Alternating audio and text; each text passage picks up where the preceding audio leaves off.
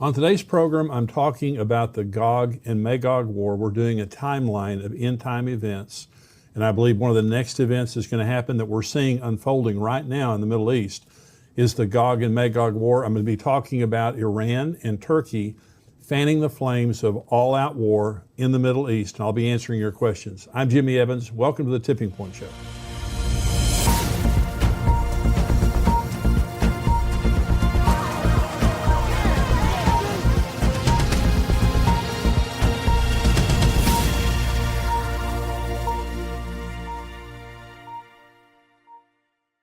Welcome to the program today. I mean, what's happening right now in the Middle East is incredible. I say that. It's exactly what the Bible said would happen, and we're seeing the Gog and Magog war unfolding right before our very eyes. I'm going to be talking about that a lot on today's program. Let me first of all say the Tipping Point book, I talk about it in my book. If you don't have the Tipping Point book, this is a lot of what I talk about here during the show. It comes from the Tipping Point book. So if you haven't ever read this book, it's a really good book to give you a basic understanding of the end times and what is happening and what will happen in the end times. And so encourage you, you can go to endtimes.com/book and you can order the book there or on Amazon or wherever, but endtimes.com/book. We just went over 100,000 subscribers, and that's growing very rapidly on YouTube. And so for all of the YouTube viewers, thank you so much for viewing, all of our materials in the Tipping Point Show. And so thank you for helping us go over 100,000. If you haven't subscribed yet, subscribe to my page, the Jimmy Evans YouTube page, and we really do appreciate that a lot. Let me get right into this teaching today because this is happening in real time.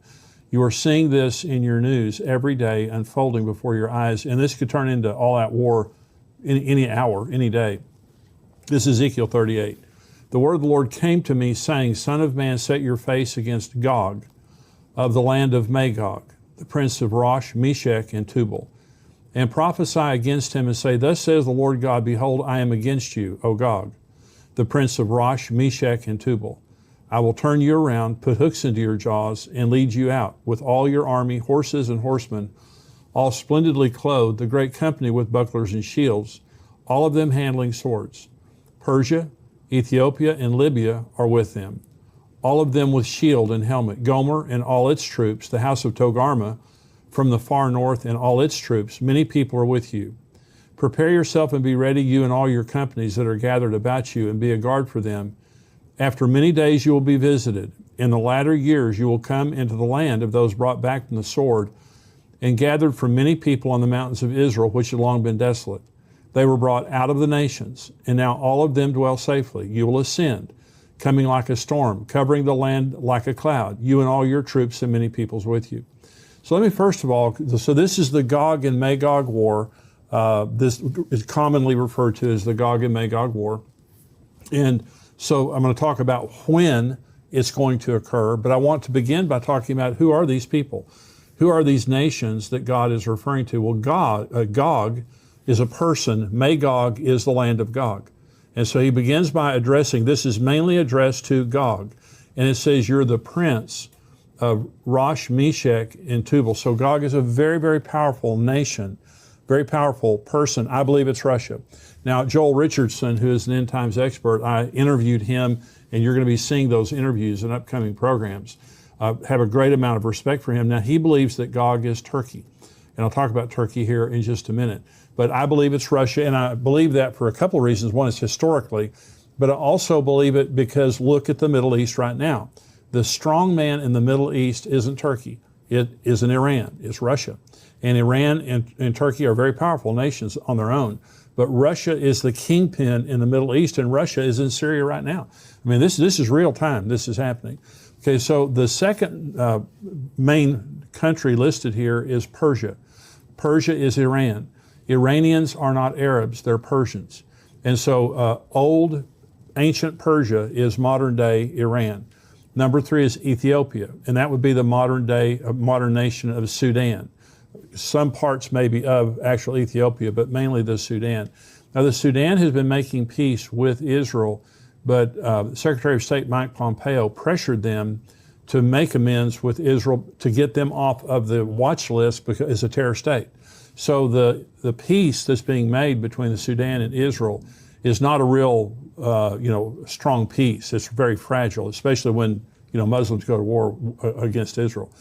Libya is Libya, and it may be areas of Algeria and Morocco also. Gomer is Turkey, maybe some of Germany. Now, some people think it's Germany, and Germany is a very strong trading partner with Iran, but I believe that it is Turkey. And then Togarma from the far north is Turkey. Let me show you the map here, and this will give you a good idea. And so when you look at the Middle East, this is Russia up in here, Gog and Magog. You have to remember now, of the old Soviet Union, this area of the old Soviet Union was all Muslim. And so the former Soviet Union, half of it was Muslim. And so then you see, this is Israel here, Iran is Persia. This will also include areas of Iraq, Syria, Lebanon. This is Turkey up here. When it says from the far north, this is directly north of Israel. It's also, Russia is directly north of Israel here. If Gomer is Germany, that would be over here. I really don't believe it is, though. And then you have Libya over here, and you have Ethiopia over here, which is modern-day Sudan. And so you can see these are all regional areas around Israel where these countries are going to come from. Well, the interesting thing is they're all aligned today. They're all of these nations are aligned with Russia and with one another, and they all hate Israel. They're all anti-Israel to some degree. I'm going to read you some comments after the break of what the Turkish president is saying right now about Israel and going to war with Israel. It's absolutely incredible. So you don't have to wonder when you look at Ezekiel 38 and 39, you don't have to wonder if it could happen. It's happening. Israel is at war. Israel is flying thousands of bombing missions. Their Air Force is flying thousands of bombing missions into Syria to Iranian targets. Iran is furiously trying to build a stronghold on the northern border of Israel. And again, after the break, I'm going to read you some of the comments that the Iranian military is saying about a mass attack on Israel. It's unbelievable. And so these things are happening, and God says, I'm against you, and I'm going to put a hook in your jaw, which means God's going to provoke this thing. He's going to provoke it. These nations are going to come together, and they're going to attack Israel. Well, part of what I'm going to talk about after the break is how long is this war going to last? I'm going to give a specific answer to that, but it's unfolding right before our very eyes. All the nations listed are coming together. They're amassing on the northern border of Israel, and they're at war with Israel. They're going to war. So here's the second question. That's the answering who are these people. The second question is, when will this war take place? Well, let me first of all say the possibility is it's going to happen now pretty quick before the rapture happens. That's personally what I believe. Let me come back to that.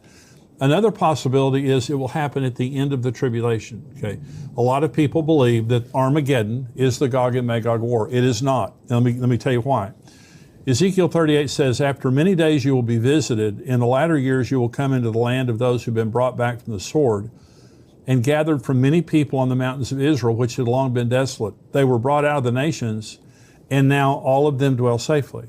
Okay, you can't say that about the end of the tribulation. Here's what Zechariah 13 says about the end of the tribulation.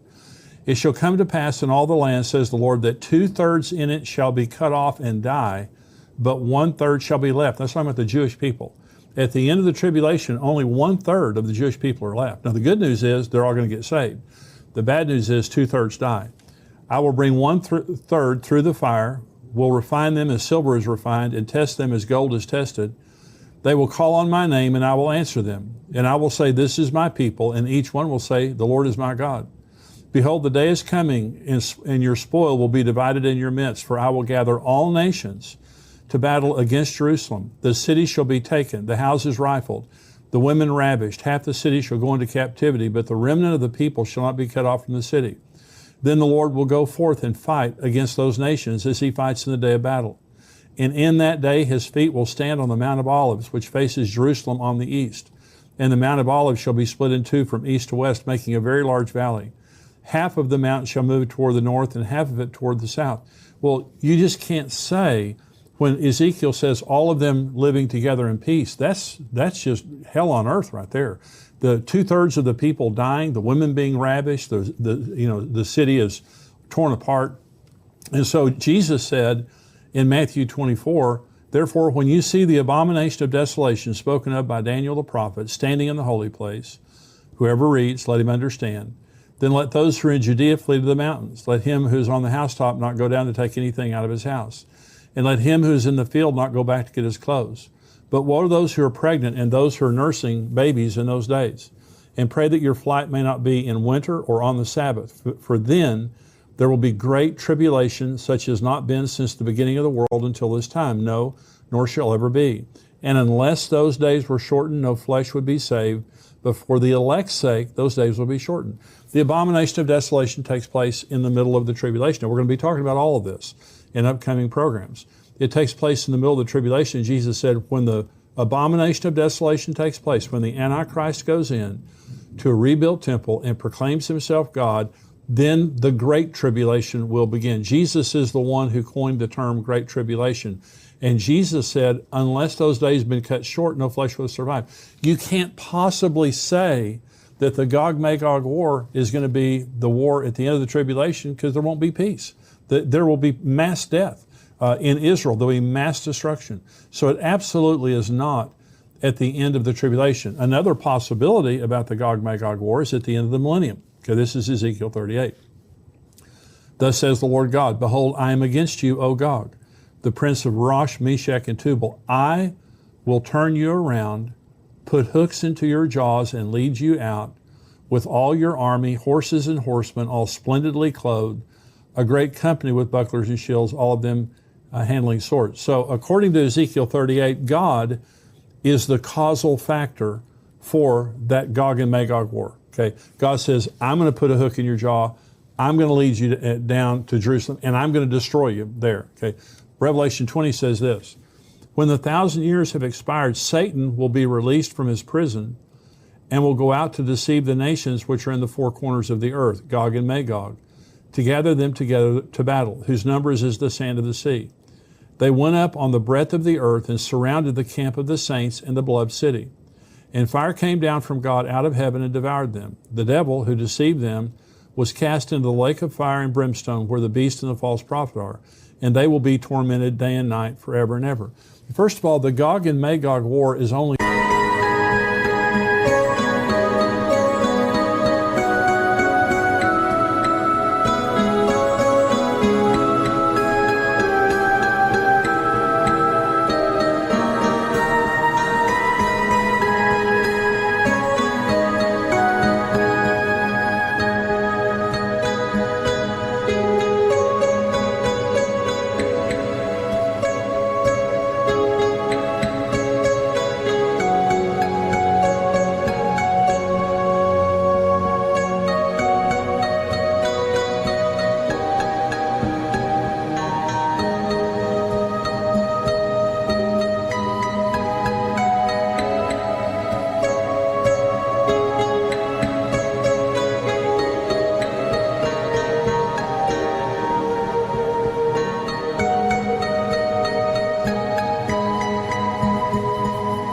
fought by about 7 different nations. Okay, the nations that we listed, they're on the map.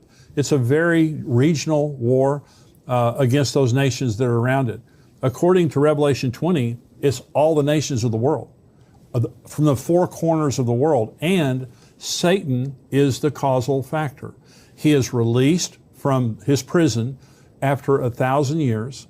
He comes out, deceives the nations. Gog, Magog there is an idiom. It simply means nations in rebellion to God. Nations with the spirit of Gog and Magog. And for example, Russia right now is not a Christian nation. They persecute Christianity in Russia. And so the spirit of Gog and Magog, this arrogance, this rebellion against God, that's going to be the same spirit. And their purpose, the Gog-Magog war of Ezekiel 38, it says that they come to take spoil. Okay, well, Iran is going to come to get spiritual justice in their eyes, for the way Islam shows it. They're coming to destroy Israel and take back Jerusalem. That's what Iran. Russia's coming for the natural gas. Russia's coming for the natural resources of Israel. Now, Israel has been buying their gas and natural gas and coal from Russia for many years. So is Turkey. Half of Turkey's natural gas comes from Russia. Russia sells 1/3 of the gas that is consumed in Europe. And everyone knows that Russia's a bully. When you're depending on Russia, they'll hold it over your head. They'll cut off your gas supply if you do something to make them mad. Well, now Israel, they have discovered 30 trillion metric yards of natural gas in Israel off the Mediterranean. And they're discovering more all the time. This is way more natural gas than Israel could ever consume. So they're building a pipeline through Cyprus and Greece, Italy, to supply Europe with Israeli natural gas, which is a huge economic boon to Israel. But they're a direct competitor now with Russia in the gas business and energy business in Europe, and which is a huge blessing. By the way, Egypt is buying their gas from Israel now. Jordan is going to buy their gas from Israel. And so this is a huge blow to the stronghold that Russia has had. And I believe that Russia's desire is for the strategic interest there in Israel, but it's also for the resources. But that's what Ezekiel 38 says. You've come to take plunder. But in Revelation 20, the issue of the rebellion in Revelation 20 is not to take plunder, is to kill us and to overthrow Jesus. So it's completely different. So I absolutely do not believe that the Gog and Magog war is at the end of the tribulation or at the end of the millennium. I believe the Gog and Magog war is going to happen pretty quick. It's happening. It's unfolding before our very eyes. This could blow into a major, major war between all the nations listed in hours, in days. So it will not take long. And the provocation, I'm going to read these statements to you after the break about Turkey and Iran and what they're saying, and it's very, very troubling. And so I believe the next event that's going to happen is going to be the rapture. And some people might say, well, will the Gog and Magog war take place before the rapture, after, whatever? I believe it's going to be very close. We could see the actual Gog and Magog war break out. We could see the whole thing take place. But I believe around that time, there's going to be the Gog and Magog war and the rapture, and then there's going to be a peace treaty between Israel and the Antichrist, a covenant that is confirmed for a 7-year period of time, which begins the tribulation period of time. And I'm going to be talking about it on the next program, is the beginning of the tribulation. So where we are right now is in the rapture and the Gog and Magog war. I believe the rapture could happen at any time.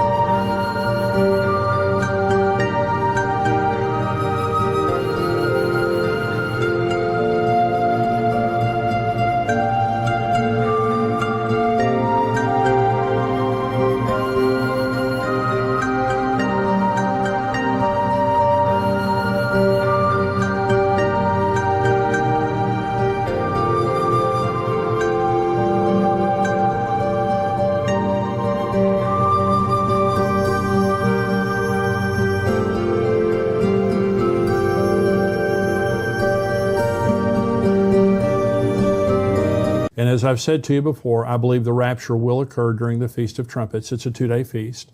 You don't know the day or the hour. It's the next feast to be fulfilled, and I'll talk about that on a future program to help you understand why I believe that. But I just believe that we are seeing now the unfolding of the Gog and Magog war.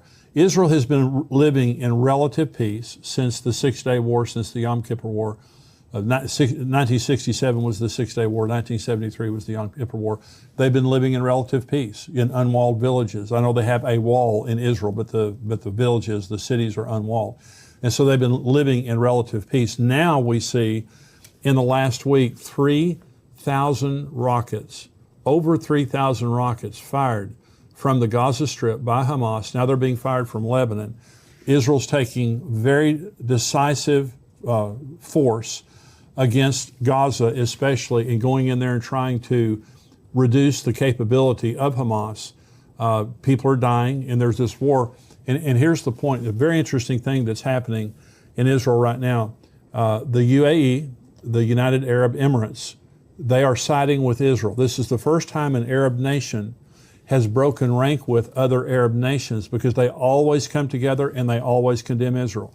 The United Arab Emirates has recently signed an Abraham Accord with Israel. They're calling on Hamas to stop shelling Israel, stop bombing Israel. And so, which is a phenomenal breakthrough. And other of the Gulf states are doing the same thing. So this is a different kind of a war. I want to say I'm thankful for the Biden administration. They have some troubling views about the boundaries of Israel, pre-1967 boundaries, but they have not condemned Israel. To this point, they have continued to stand with Israel through this, which is a very comforting thing. If it were not for the United States of America in the United Nations, Israel would be in bad trouble. And one of these days, the United States is not going to be there for Israel in the United Nations, because we all know that Armageddon is going to be the whole world marching against Israel and against Jerusalem. And so, but we're seeing some things happening that have never happened before. And all of these things are pointing to the fact that the Gog and Magog war is very, very soon, I believe. I believe it's going to happen before the tribulation, because remember, in Ezekiel 39, it says it'll take 7 months to bury the dead and 7 years to clean up all the debris. So if it happened now and the tribulation begins, then you have the 7 months and the 7 years available. If it happens after the tribulation begins, then, not so much. Not that it couldn't happen. But I think that we're in the timing of the Gog and Magog war. I believe we're seeing it happen. It's unfolding right before our very eyes on the news every single day. And Jesus said, when you see these things begin to happen, look up, lift up your head, your redemption is drawing near. The purpose for the Tipping Point Show is, number one, to encourage you. Number two is to educate you on end times events so that you can contextualize what's happening in the world and you can understand that your redemption is drawing near. This is a time to be encouraged. Don't look around the world and get discouraged. Everything you're seeing is announcing the coming of Jesus Christ. If you're not a subscriber, I'm going to say goodbye to you right now. The next part of the program is for subscribers only. $7 a month, $77 a year. We would love to have you as a subscriber. Not only do you get the whole Tipping Point Show, you get articles all week long. We have major articles that come out all week long talking to you about the things that are happening in the world. A lot of content there. So $7 a month, $77 a year. Go on endtimes.com, endtimes.com, and you can sign up there and you'll get everything that we do here at Tipping Point. So I'm going to say goodbye to the non-subscribers. Subscribers, stay tuned.